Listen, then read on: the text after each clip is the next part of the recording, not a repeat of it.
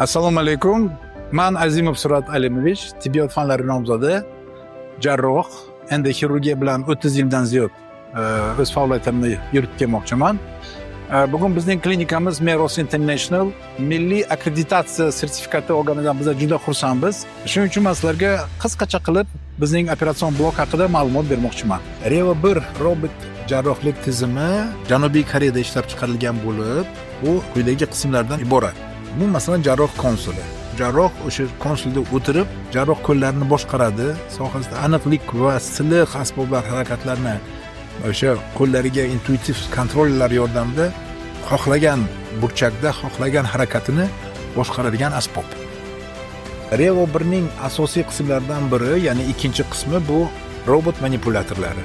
Robotning qo'llari yuqori aniqlikda erishish qiyin bo'lgan joylarda yetib boradigan, inson qo'li bilan imkonsiz harakatlarni bajaradigan endoskopik asboblardan biri hisoblanadi.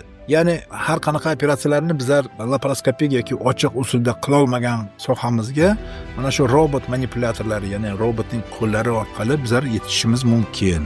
Robot xirurgiyasining asosiy qismlaridan biri bu 3-qismi, ya'ni 3D vizualizatsiya deymiz.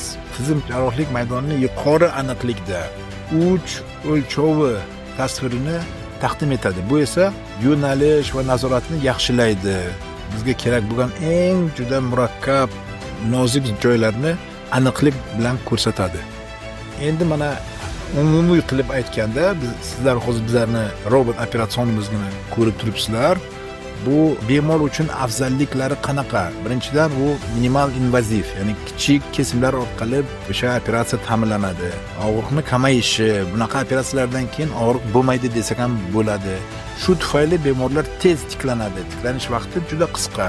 Yaxshi vizualizatsiyaga yuqorida aytganimizdek 3D vizualizatsiya bo'lganligi tufayli operatsiyadan keyingi infeksiyalar va qon ketishlar juda bir pasayadi. O'shanga yarasha demak asoratlar ham kamayadi. Ya'ni bu operatsiyalardan keyin chandiq ko'rinmadi desak ham bo'ladi. Asosiy qo'llanish yo'nalishlari bu umumiy jarrohlik, ginekologiya, urologiya va onkologiya sohalarida bizning robotik sistemamiz juda qulay deb hisoblanadi.